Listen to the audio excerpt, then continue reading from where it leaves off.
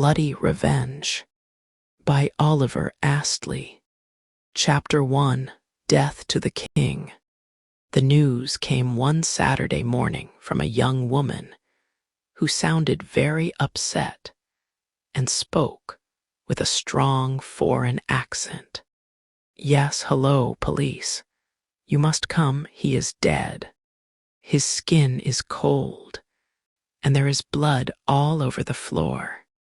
You must come here as soon as possible, please." Detective Inspector Evans had just arrived at the office and was listening to a recording of the telephone call.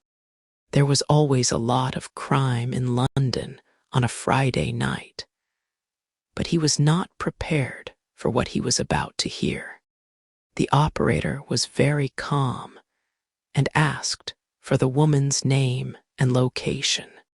She was calling from a mobile phone. "My name is Helena Kowalska. I have just come to work. I am the cleaner at a nightclub called Lust in Charing Cross. I am sorry, but my English is not very good. When will you be here?" "We'll send someone over as soon as we can, Mrs. Kowalska," the operator replied. "Please stay where you are and let me take some more information. Do you know who the dead person is?" "Of course," she exclaimed. "It is the big boss. He has shot himself. The gun is still in his hand." Inspector Evans could not believe his ears. "The big boss," he repeated after the recording had ended. "Does that mean what I think it means?" Some people were nodding their heads in answer. Others shrugged. Could Stanley Cooper really be dead? Stanley Cooper was not only the owner of Lust, but a notorious crime lord who ran a large chain of bars and nightclubs in London's West End. He also owned a dog track in Walthamstow. The Metropolitan Police called him the King of the Underworld because they believed that he and his gangsters were responsible for much of the violence in the area. Unfortunately for them, they had no solid proof. "The call came in less than 20 minutes ago," said a deep female voice. "The forensics team are already on their way to examine the crime scene. Evans, you should go and join them. Something tells me that Cooper didn't kill himself, and if I'm right, this is going to be your case." It was Superintendent Fisher, the officer in charge of the station. She was a very powerful woman, and everything she said sounded like an order. "Yes, ma'am," replied Inspector Evans. "I'll take Sandra with me if that's okay. We've both been working on cases involving Cooper's gang lately." "That was going to be my next suggestion, Evans," the superintendent growled. "I want you to treat this death as suspicious from the start. Don't leave any stone unturned when you're down there." "Of course not, ma'am. Where is Cecchino, anyway?" "It's not like her to be late. Find her and get going." "Right away, ma'am," the inspector said and left the room. Detective Inspector Sandra Cecchino was sitting in the staff kitchen when Inspector Evans burst into the room. "Ah, Sandra, there you are." She looked up from her large cup of coffee in surprise.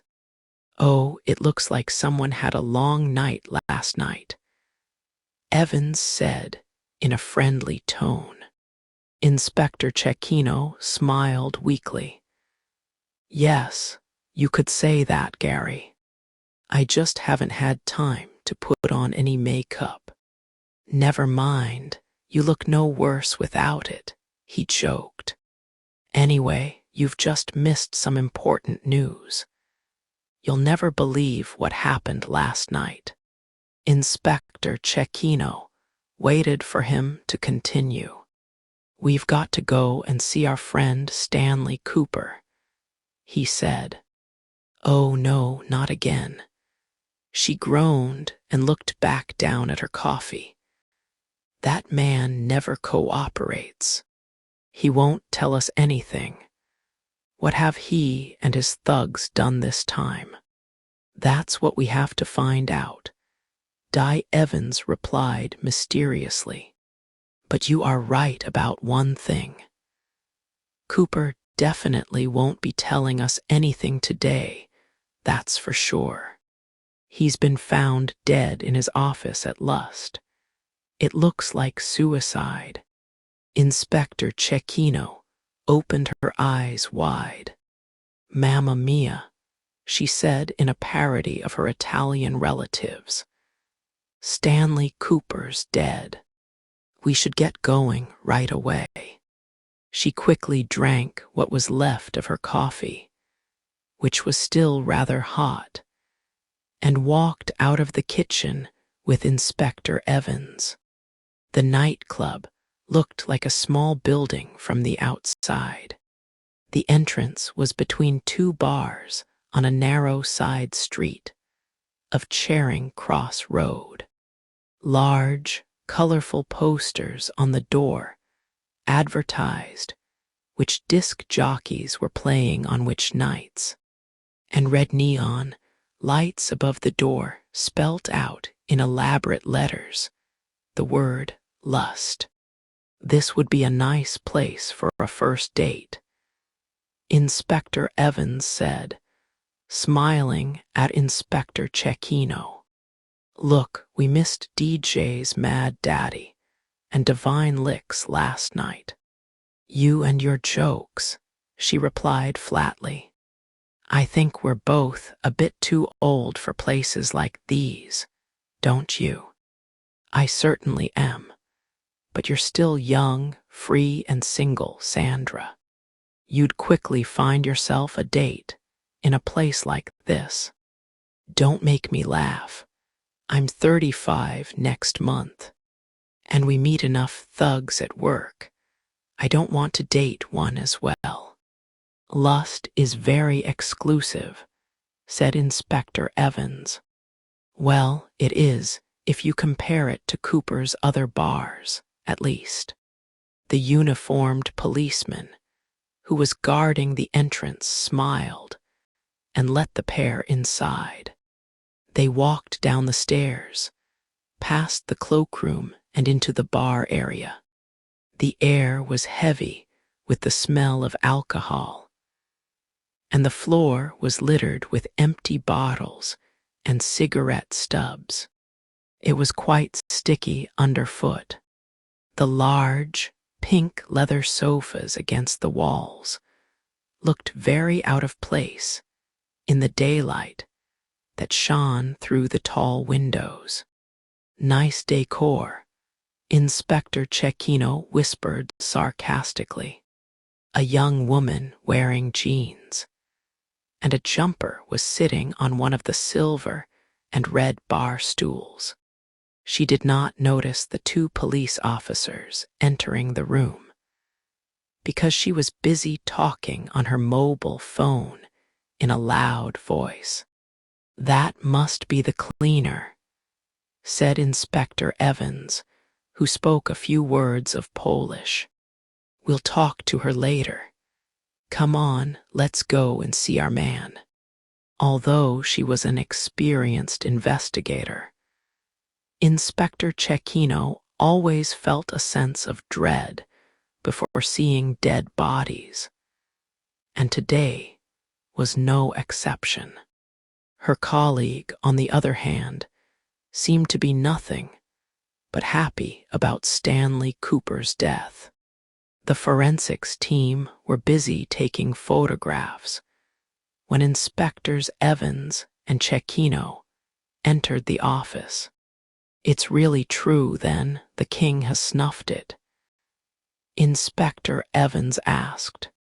Near the back of the office, a man's head appeared from behind the desk and grinned.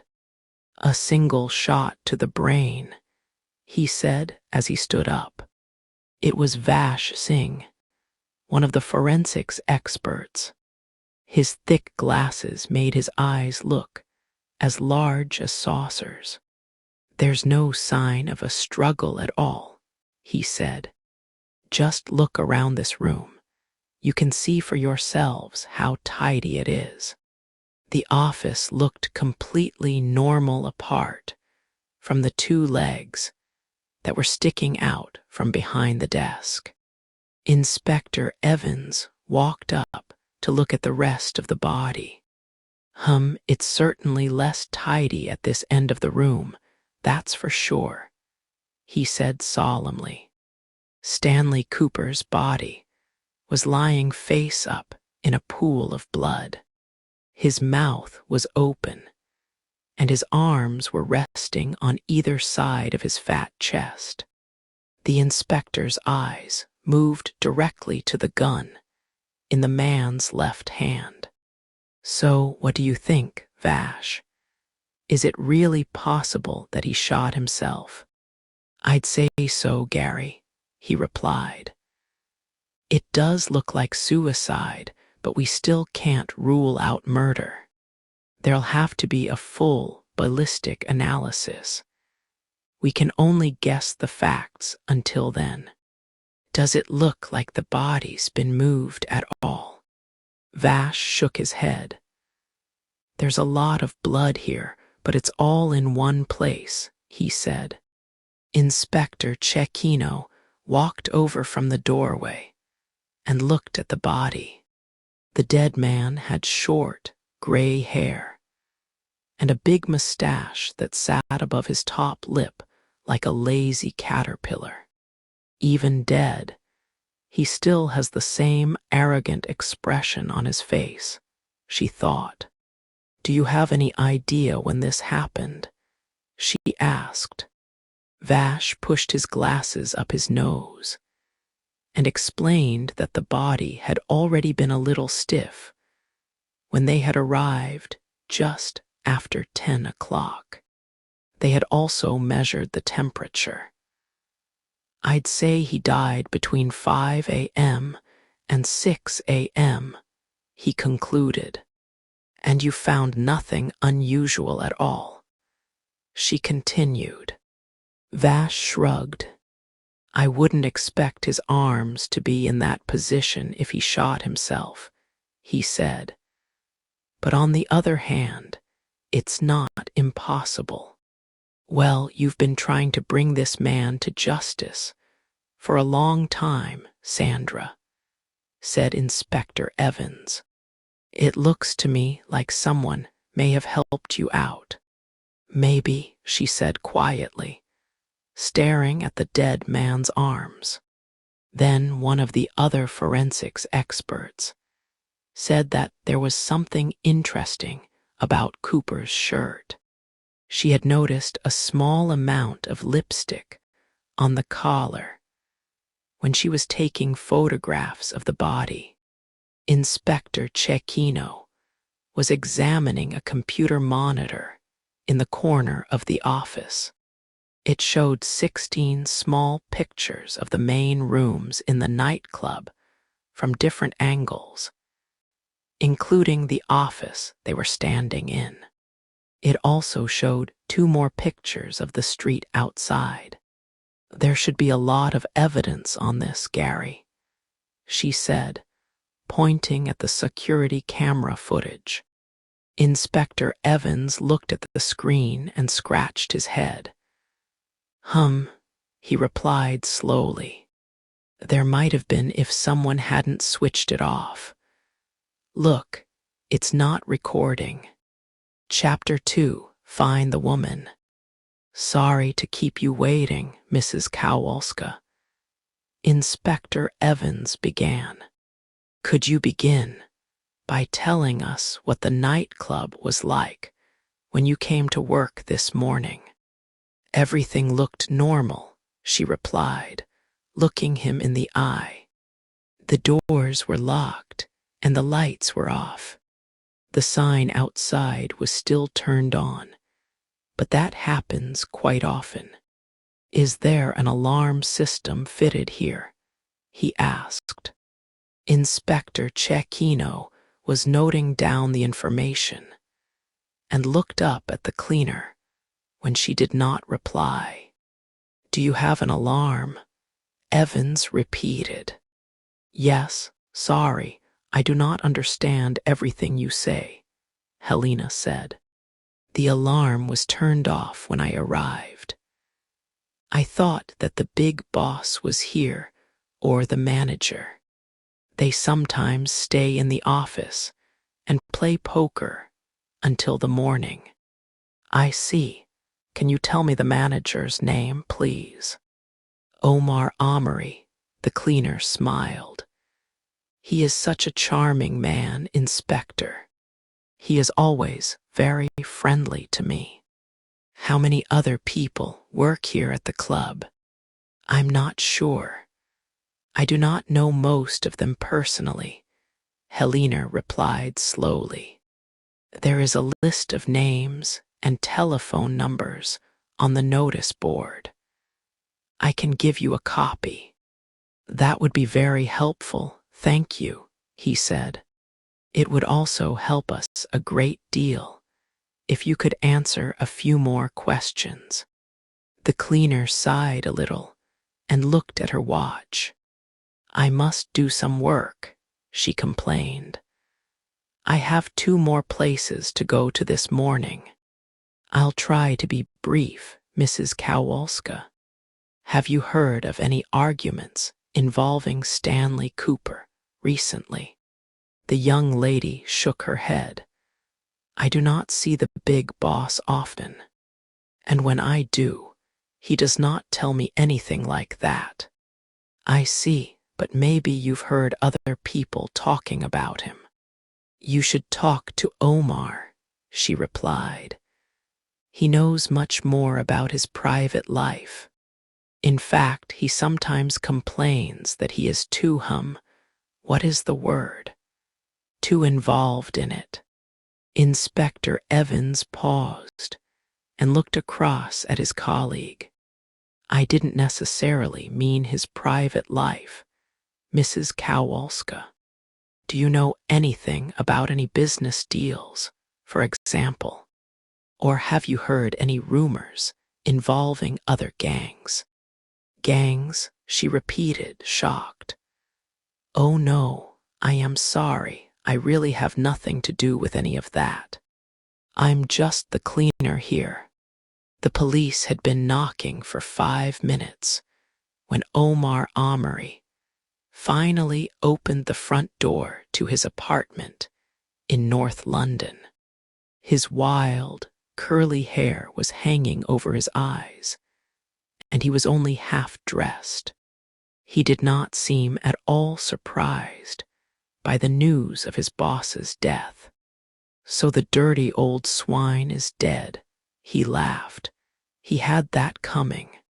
Please take this seriously, Mr. Amory. Inspector Cecchino said sternly.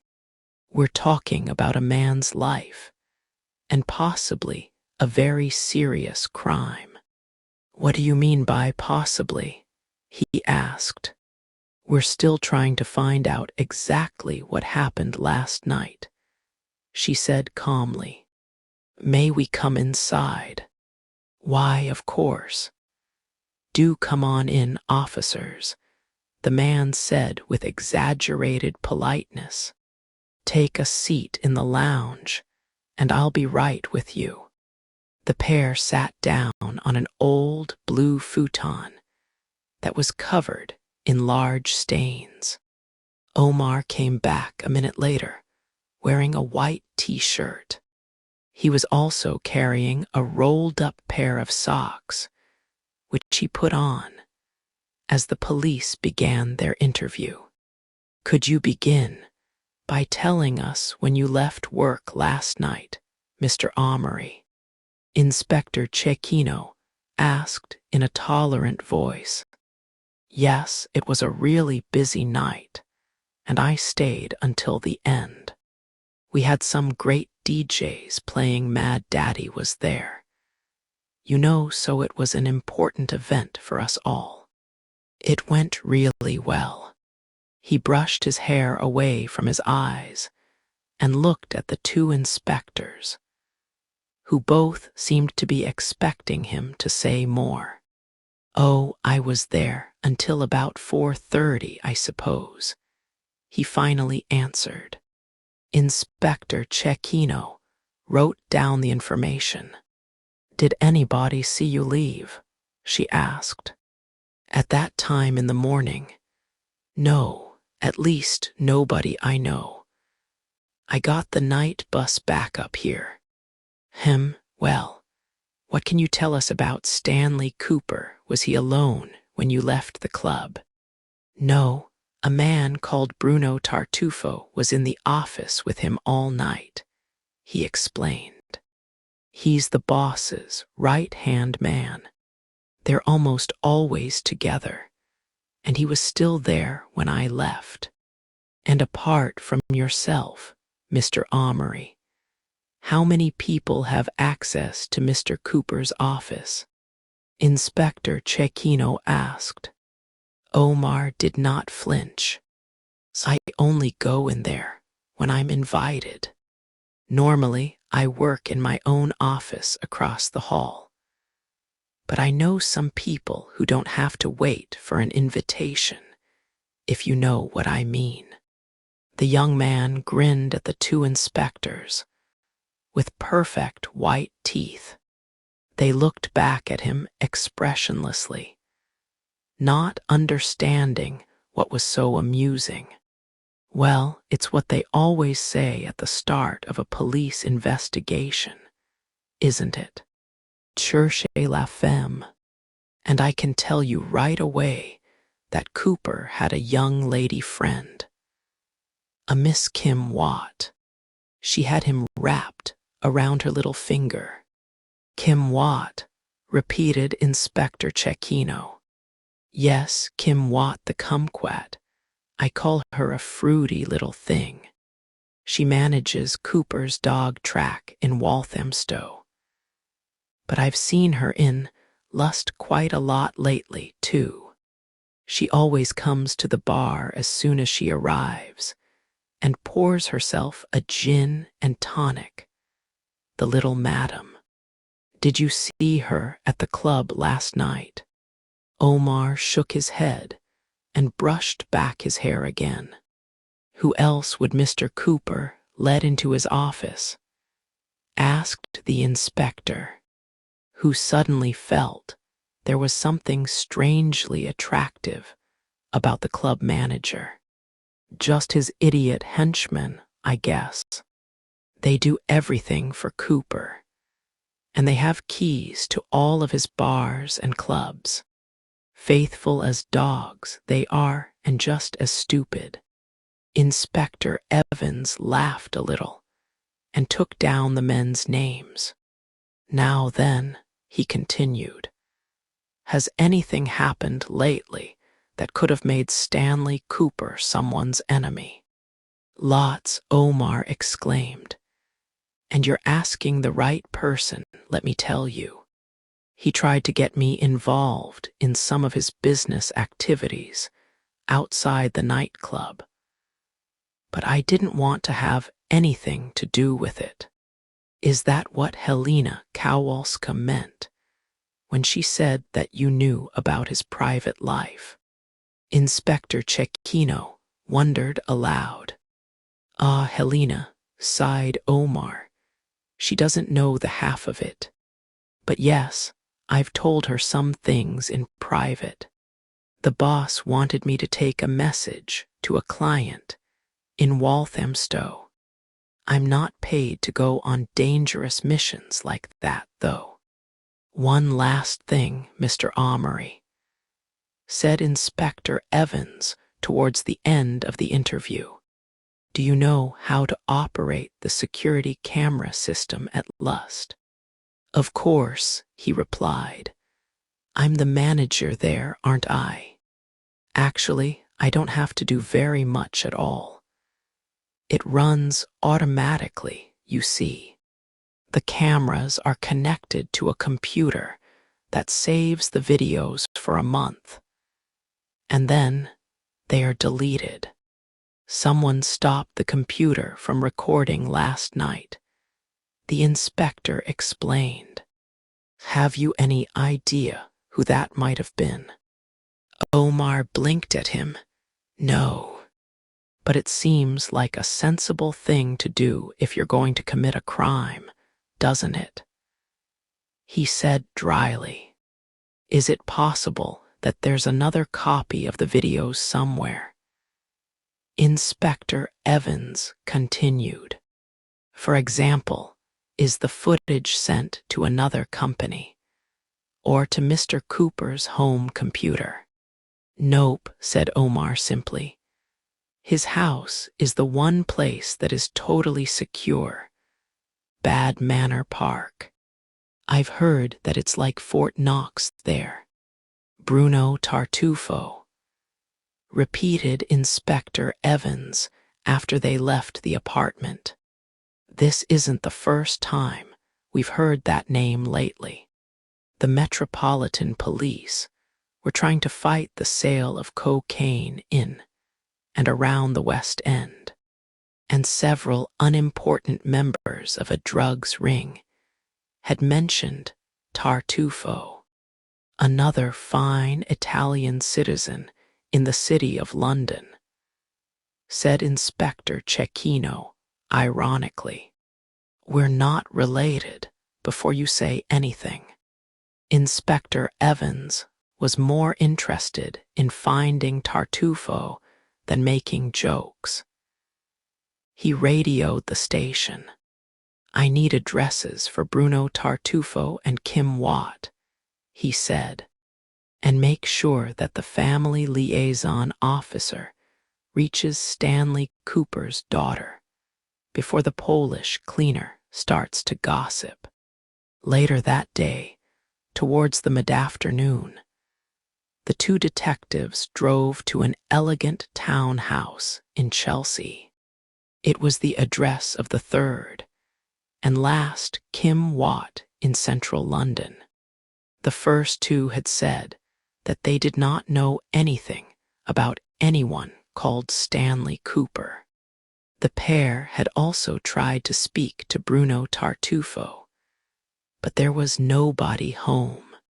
Inspector Evans walked up the 3 white marble steps leading to the large, black front door, rang the bell, and waited.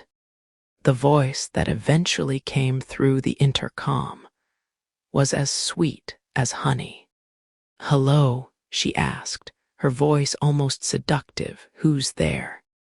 Police, ma'am, replied the inspector with a small smile. Please open up. The first thing the police saw on the other side of the door was a tall redhead with a surprised expression on her face. Her lips were painted bright red. Moments later, a short man with a thin mustache entered the hallway and stood next to her. He looked at the police and put his arm around the woman, Miss Watt. Inspector Evans began. Yes, we've come to talk to you about Stanley Cooper. May we come inside for a moment? You've caught him at last, have you? Joked the small man in an unmistakably Italian accent. Bruno, be quiet, Kim hissed. And you must be Mr. Tartufo. The inspector smiled. We have a lot to discuss. Chapter 3. A Headless Organization. After over an hour of interviews, Inspectors Evans and Cecchino left Kim Watt's house in Chelsea and set off back to the station. They talked about their impressions on the way. I never thought the notorious Bruno Tartufo would be such a short man, began Inspector Evans. Even you're taller than him, Sandra. She gave a little laugh, but kept her eyes fixed on the road. Don't be fooled, she said. Small people can be dangerous. I didn't like the way he was staring at Kim whenever she spoke. Her colleague continued. He was intimidating her. Do you think she was telling the truth? People like her are never honest about everything, Gary, she replied. But she did take the news about Cooper very badly. For a few moments, maybe. Then she was perfectly normal again. I know she says she was at the dog track in Walthamstow all evening, but that closed just after midnight, and she has no alibi for the time of the shooting. Not many people will have an alibi that they can prove, Gary. After all, it was between 5 and 6 o'clock in the morning. I'm sure that you and I were asleep like most other people in London. But nobody can prove that either, can they? Inspector Evans turned to his colleague and grinned. Only because you've turned me down so often, Sandra. I know better than to ask you out on a Friday night now. Inspector Cecchino laughed in amusement. Oh, come off it. You're a good friend, but we tried that once, if you remember. It would never work. I know, he said. You can't blame me for trying, though. There was a short pause in the conversation. What about Bruno? He asked. Inspector Cecchino frowned. Yes, what about him? She agreed. He didn't appear at all shocked by the news. And I find it very suspicious that he says he left the nightclub at exactly 5 a.m. Don't you? The car came to a halt at some red traffic lights, and she looked Inspector Evans in the eye. Moments before Cooper was killed, he agreed, scratching his chin.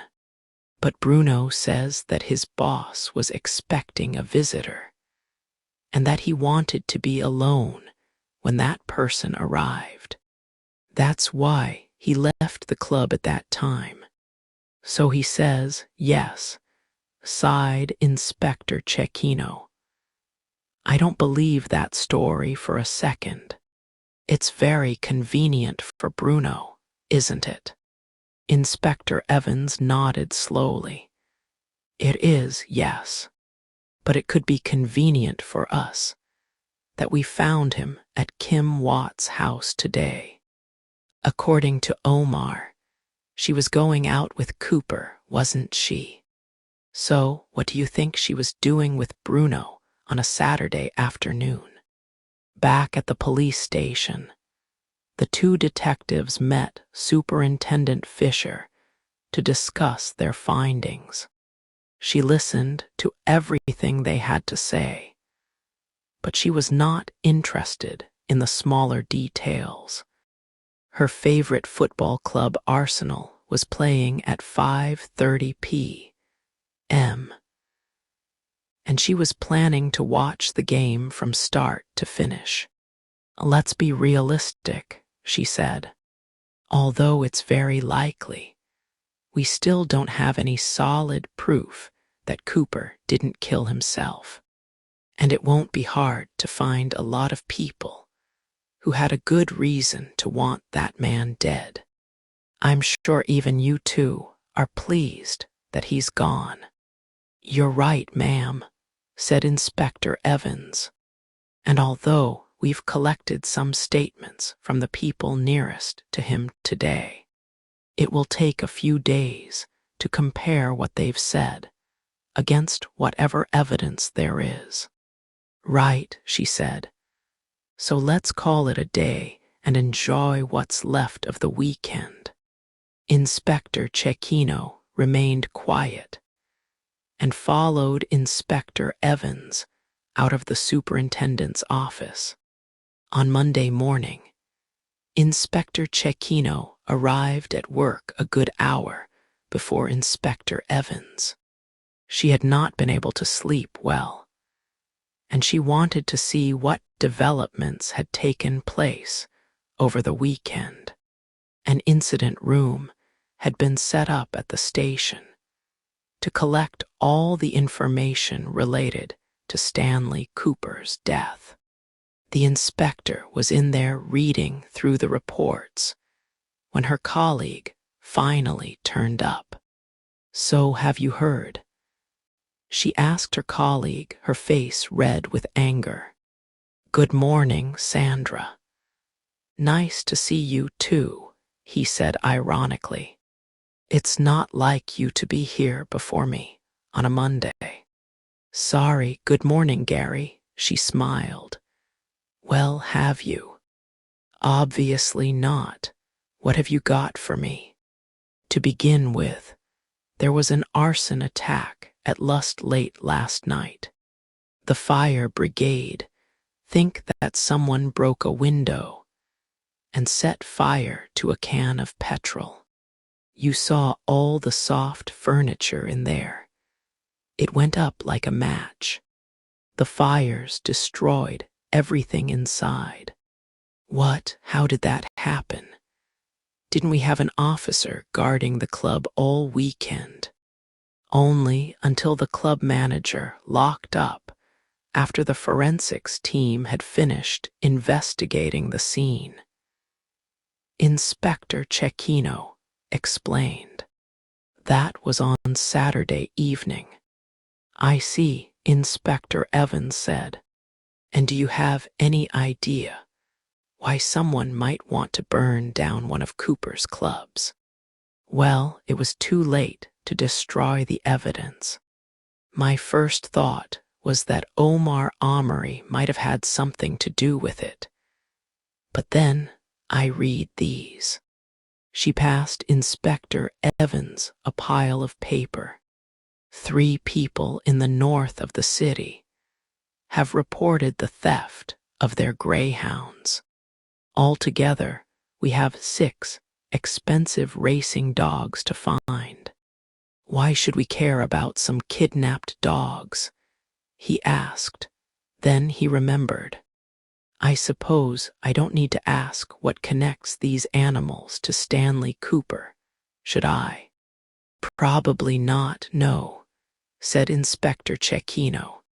"The owners race them at Cooper's track in Walthamstow, and as we learnt on Saturday, Kim Watt is the manager there."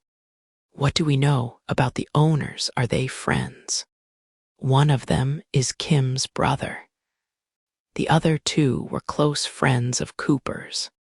And when I say friends, I mean that both were in his gang." But why would someone target the dogs and not the people?" asked Di Evans.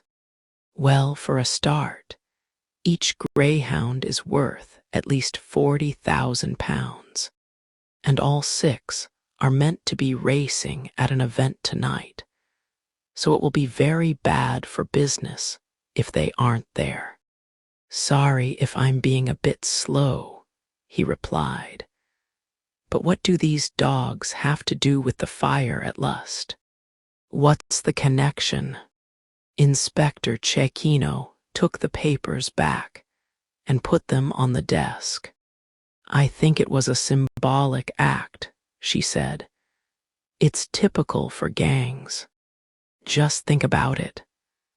Lust was Cooper's most prestigious nightclub, and it's where all the best DJs went to play. Whoever the killer was, he didn't only want to kill the king. He wanted to destroy his palace, too. Kidnapping the dogs adds insult to injury for Cooper's gang. If we find the dogs, we will probably find our killer. You may have a good point there, Sandra, but I need to wake up properly with a coffee before looking at this more closely.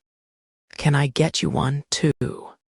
Nobody knew exactly how many security cameras there were in the city of London, but there were a lot. There were cameras on every main road and in every underground station.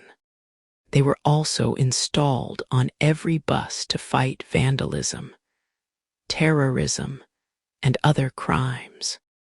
A team of junior officers were watching the camera footage from all of the night buses that left Trafalgar Square for Finchley in North London early on Saturday morning.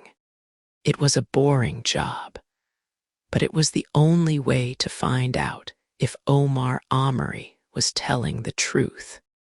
He had told the police that he could not remember exactly which bus he had taken, but that he normally got on the 134 or the N13. Meanwhile, Inspectors Evans and Cecchino were reviewing the videos from Lust. There was a lot of footage on the hard disk from Friday night. Finally, they saw Bruno Tartufo leave the building just before 5 a.m. The recording was turned off 5 minutes later. "I don't believe it," cried Inspector Evans. "He really did leave the club before Cooper was shot." His colleague said quietly, "But did he return?" They repeated the last 10 minutes of footage in Cooper's office. It was a strange feeling to watch the monitor. Inspector Cecchino thought it was as if one of the dead had come back to life and was walking around the room. The two detectives watched Cooper point to the door, at which point the short Italian man turned and left the room. Cooper then took out his mobile phone and made a call that lasted only a few seconds. He was smiling. After he put his phone back into his pocket, he waddled up to the computer in the corner, looked up at the camera, and the screen went black.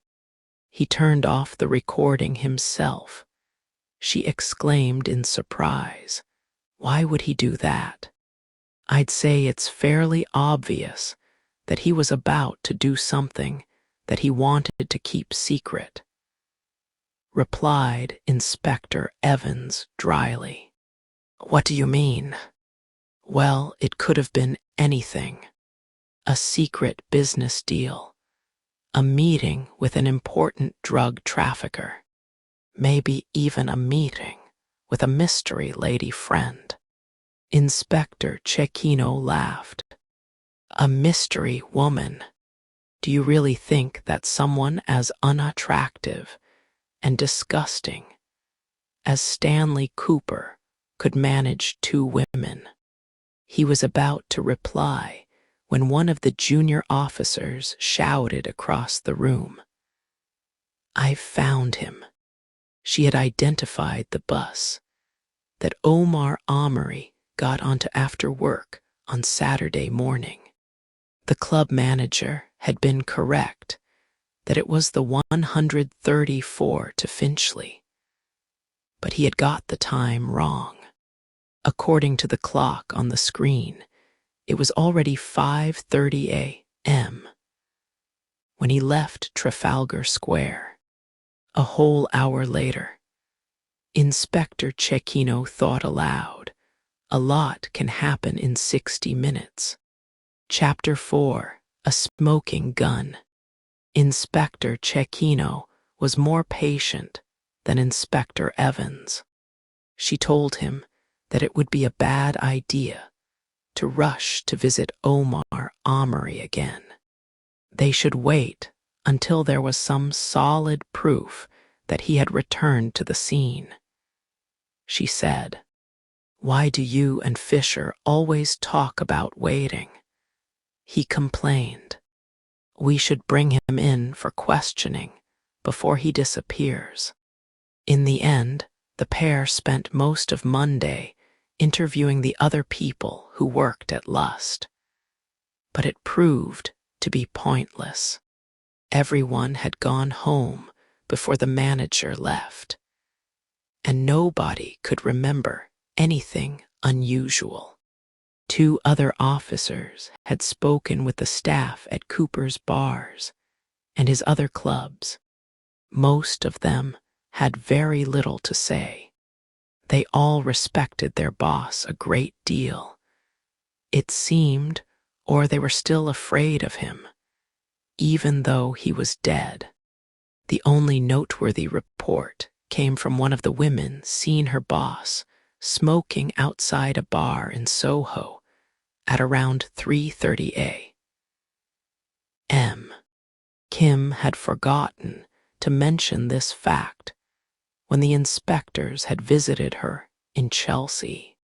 According to her own statement, she had stayed at work until shortly after 1 a.m. and then driven back home. We should go and speak to her again right away. Inspector Evans said when he heard the report. "You wanted to do the same with Omar Amory a few hours ago, Gary," sighed Inspector Cecchino. "We can't go around accusing everyone of lying to us." "Well, one of them is hiding something," he growled. "At least one of them." Their conversation was interrupted when the telephone on Inspector Evans' desk rang. It was Vash Singh calling from the forensics department. He said that he had some important news for the investigators. The 2 detectives always enjoyed talking to Vash, who could explain things in a lively and interesting way. When they walked into his office this time, Vash was holding a plastic skull in one hand and a pencil in the other. "You should have been an actor," said Inspector Evans. "You'd make a good Hamlet. Just take a seat and listen to what I have to tell you." He smiled. "First of all, we can definitely rule out suicide now. Look, the bullet must have gone in at this angle." He was pointing the pencil at the left temple, but it was nowhere near square against the skull. "How can you be sure it was murder?" asked Inspector Cecchino. Stanley Cooper was left-handed, and the revolver in his hand was 6 inches long. "Just look at the trajectory." Inspector Evans put his hands in the position that Vash was describing. "You're right," he agreed. "I wouldn't try to commit suicide like this. It's too difficult." He turned to Inspector Cecchino, who was staring at the skull. "I'd either put the gun inside my mouth or hold it here, just above my ear, wouldn't you?" Inspector Cecchino sighed a little. "I haven't really thought about how I would shoot myself, Gary. But you're both right, yes." So Vash continued. "Now you probably think that someone was standing in front of him and not to his side." Inspectors Evans and Cecchino both nodded. "You're wrong," Vash exclaimed. "Neither Cooper nor the killer were standing up. We found no traces of blood near head height in the room, and none on the desk either. But there is something very revealing about the few small spots on the back wall of the office. He showed the inspectors a photograph of the bloodstains. Take a look. The stains on this picture suggest that Cooper's head was about 2 feet above the ground when he was shot. So he was kneeling, the inspector asked. Someone made him beg for his life. No, the blood is too low down for that as well. Vash explained. I think he was lying down, which would also explain the position of the body. Inspector Evans remembered seeing Cooper's body on the office floor in lust. It was true that he did not appear to have fallen to the ground. Both of his arms were resting on either side of his chest. Do you mean the killer was lying on top of him? He asked. That would explain the lipstick on his shirt as well, don't you think? Vash suggested. Cherchez la femme. The inspectors exchanged looks. Did anyone ever find Cooper's mobile phone? Asked Inspector Cecchino. We know that he made a call shortly before he was shot, but we have no idea whose number he dialed. We asked his telephone company, and they said that it belongs to a pay-as-you-go phone that hasn't been registered. Vash shook his head. We didn't find anything else in the office that could help you, he explained. Apart from one thing, that is, you haven't asked about the really important clue that we're quite excited about. What's that? The two inspectors asked simultaneously. Whoever shot Stanley, Cooper wanted it to look like a suicide. So they left the gun and the shell casing on the scene. Of course, there is no license for the gun, but the bullet was quite rare. The ballistics expert says that fewer than 5% of revolvers use this type. Interestingly, they are more popular in Eastern Europe. There's a large factory near Warsaw. He was killed by a Polish bullet. Asked Inspector Evans, surprised. Not necessarily, no.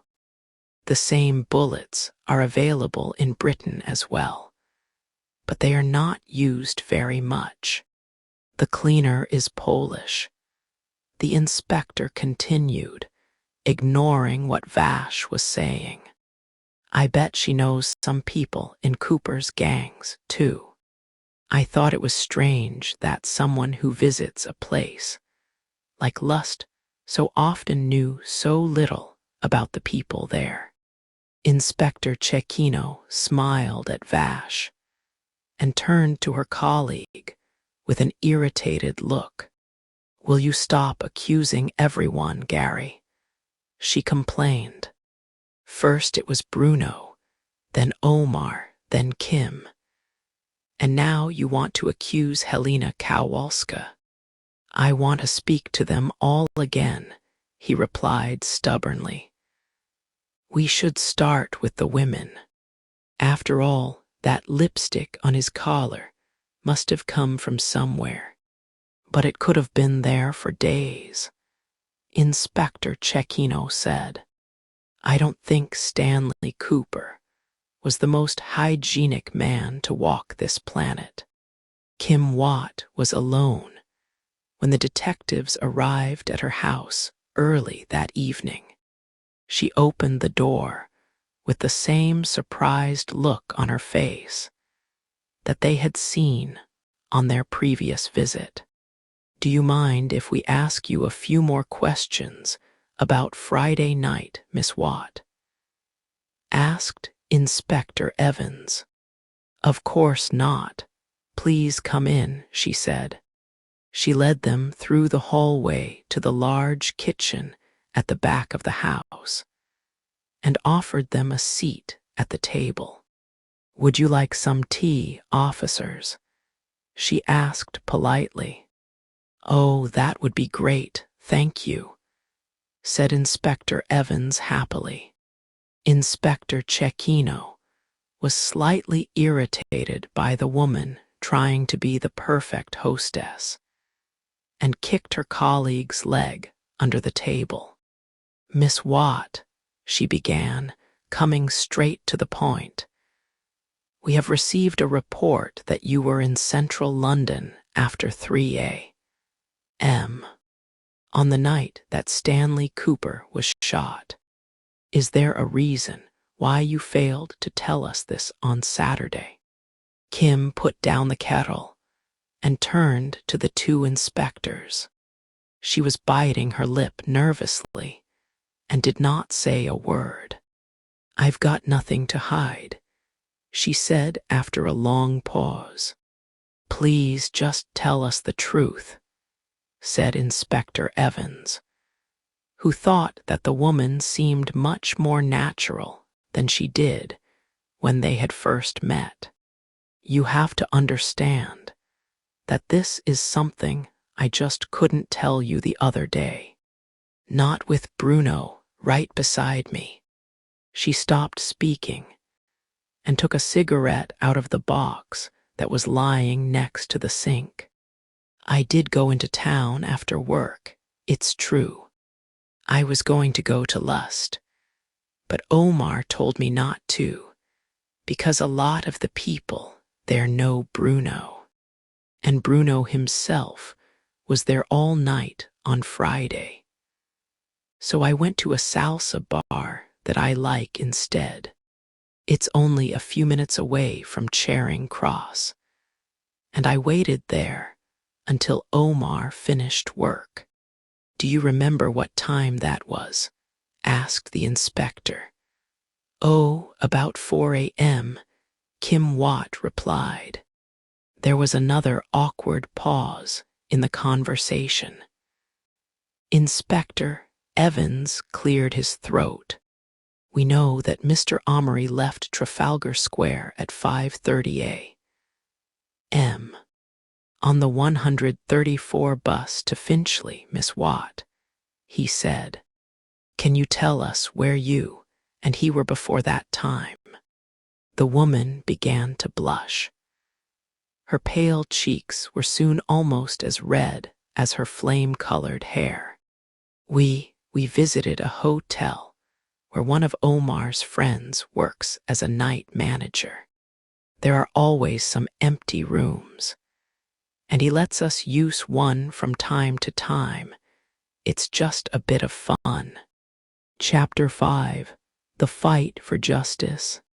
Superintendent Fisher entered the incident room on Tuesday after she walked past and saw that Inspectors Evans and Cecchino were laughing inside. "What's so funny, you two?" she asked impatiently. "It's been over 3 days now, and you found more questions than answers." The two detectives tried to look serious, but Inspector Evans burst out laughing again. "Sorry, ma'am," he said. "It's a private joke." The superintendent noticed Inspector Cecchino lifting her hand from Inspector Evans' shoulder. "Never mind that," she answered. "You need to get to the bottom of this case before these gangs get out of control. There had been more violence on Monday night. Bruno Tartufo had attacked 2 of Cooper's henchmen, and they were in hospital. We're doing our best, ma'am," said Inspector Cecchino. "We found out today that both the bar manager and the woman that Cooper was seeing have a solid alibi. They were recorded entering and leaving a hotel." "Who are your other suspects?" asked Superintendent Fisher. "For a moment, we thought the cleaner might have been involved," explained Inspector Evans, smiling slightly. She has keys to the nightclub, and she's Polish. Polish. Well, like the bullets that Vash told us about. Inspector Evans continued, but we looked into her background today, and it's true that she and her family have nothing to do with any gangsters, as far as we can tell. Inspector Cecchino was trying to give the impression that they had more to work with. There's still a big question mark over Bruno Tartufo, she said. He was the last person on the scene, and nobody can prove his alibi, and we are watching him very closely. Added Inspector Evans. He's going to be at Cooper's funeral with the rest of the gang at 4 o'clock today. Fine, the superintendent replied shortly. Just make sure that nobody sees members of the police attending the funeral of one of London's biggest criminals. Any news about the search warrant, ma'am? Asked Inspector Cecchino. Do we have permission to go to Bruno's house yet? Yes, we should have it ready before the end of the afternoon. With that, Superintendent Fisher turned around and left the incident room. Inspectors Evans and Cecchino drove to the crematorium in an unmarked car and waited outside the gates. They arrived half an hour early so that they could watch the crowd. Some mourners were already there. Many others soon turned up and formed a long line of black suits and overcoats outside the building. I don't like these places at all, Gary, said Inspector Cecchino quietly when the hearse drove up to the door of the crematorium. Nobody likes funerals, he smiled, but I think we can be pleased that Stanley Cooper has danced his last dance, don't you? I suppose so, she said quietly. Come on, Sandra, just think about it. You always said he was a monster. Secretly, we both know that he deserved whatever happened on Friday night. Remember all those drug-related killings last year? Only someone as evil as him could have ordered so many executions. Amory was right. He had it coming. Inspector Cecchino was silent and watched 6 fat men lift the coffin onto their shoulders. He was behind so many other crimes as well, and we all knew it. How many cases have we worked on over the past few years? And he always got away, she said, speaking over her colleague. This conversation was practically a routine, but the tense was now new. Stanley Cooper was history. If we're lucky, his gang will be powerless soon, he continued. I feel sick, she said suddenly, interrupting him. Inspector Evans looked across at her in surprise as she opened the door and stepped out of the vehicle.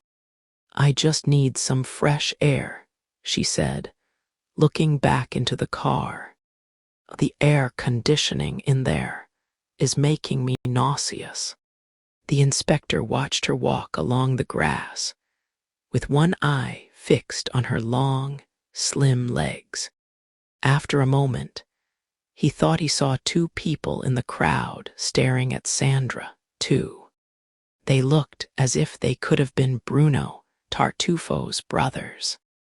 I think you've got a couple of admirers here, Inspector Evans said, when Inspector Cecchino finally returned and got into the car. What are you talking about? There were 2 men staring at you. Didn't you see? Oh, no, not really. This place is full of criminals today, though, Gary. I'm sure we've met them all before, at one time or another. They sat and waited for the funeral to end. Inspector Evans wanted to see whether any fights would break out between the mourners, or whether any more gangsters would come to cause trouble. After 20 minutes of near silence, a call came through on the radio. It was a sergeant at the station who had just made an arrest. "We've caught the person who set fire to Lust, sir," she said in excitement. It was Bruno Tartufo's younger brother, Alessio. He says that Cooper's gang has divided into two groups, one led by Bruno and the other by a thug in Walthamstow. This second gang forced him to destroy the club in order to save his family. He's been very helpful so far because he wants us to protect him. Protect him? What do you mean we should protect him? From the other gang, sir, but from his brother too. He says that lately Bruno has been a dangerous man to be around. He's also told us who kidnapped those dogs. Apparently Bruno is keeping them in his cellar as some kind of trophy, but he wants to either sell them or shoot them. He sees himself as the next big cheese. "Let's get going," said Inspector Cecchino. "We should go to Tartufo's house before he gets back from this funeral." Bruno Tartufo owned a large house in Chelsea that was twice as large as Kim Watt's. The two detectives did not yet have a search warrant, but they had a good reason to believe that a crime was taking place in the cellar. It meant they could go inside.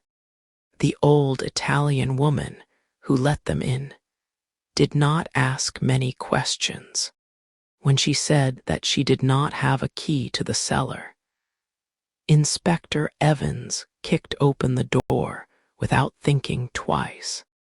Immediately, 6 brown dogs ran up the stairs and jumped all over him. One even started to lick his face, as if it were a giant ice cream. During the chaos that followed, Inspector Cecchino carefully stepped downstairs into the darkness of the cellar. It was her only chance, and she decided to take it. She slowly pulled out a small box from her coat pocket and placed it on a table at the far end of the room. It contained around 24 bullets that she had bought under cover on the black market. As she turned around to leave the cellar, a hand came out of the shadows and landed on her shoulder. "Sandra," said a concerned voice, "what the hell are you doing?" She looked up at Inspector Evans, who was shaking his head in disbelief. He had a bad feeling about what she was about to say. "I was just taking a look at these bullets," she began. "Don't lie to me. I saw you put them there." Inspector Cecchino paused and looked around the room. "Gary, we've been trying all year to bring Cooper to justice, but he always got away. You know how he operated. He always had a puppet in place to take the blame for what he did. And Bruno is no better. He would kill his own mother." "I can't believe this," he hissed. "That's not how justice works." "Justice? Let me tell you about justice, Gary. I'm sure you don't remember a young man who committed suicide in Camberwell 12 months ago," she began. "No, I can't say that I do," There are a lot of suicides in London. You're right, there are. But this wasn't really a suicide. Everyone just assumed that it was. How can you know that? He asked. Who are you talking about? It was a university student, Inspector Cecchino said flatly. Matthew Puglisi. Inspector Evans looked her in the eye. He moved his hand down from her shoulder to her hand and squeezed it. He wasn't just a student, was he? He asked calmly. No, Gary, she said and looked down at the floor. He was my nephew. He was killed 1 year ago on Friday night. Inspector Cecchino looked back up at Inspector Evans with tears in her eyes. He was my nephew, and he told me that he was in trouble with some drug dealers at a nightclub in Charing Cross. I think you can guess which one. He'd even received some death threats, but he was too afraid to talk to the police apart from me. That is. Are you serious? You were behind the whole thing. She thought of the 2 men at the funeral. They were her cousins, and they had helped to arrange her meeting with Cooper.